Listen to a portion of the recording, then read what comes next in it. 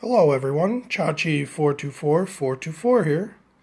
Today I'm going to try to open this MDK model padlock. I'll try to use some bottom of the keyway tension.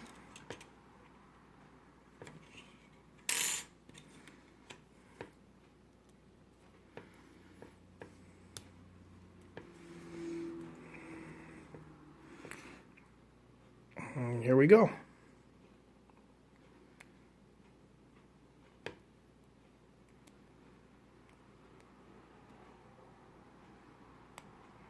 First we got to click from 4.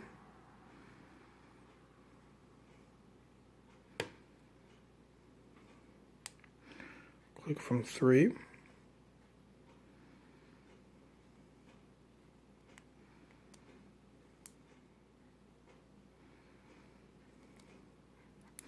There's a click from 1 and that opened it up.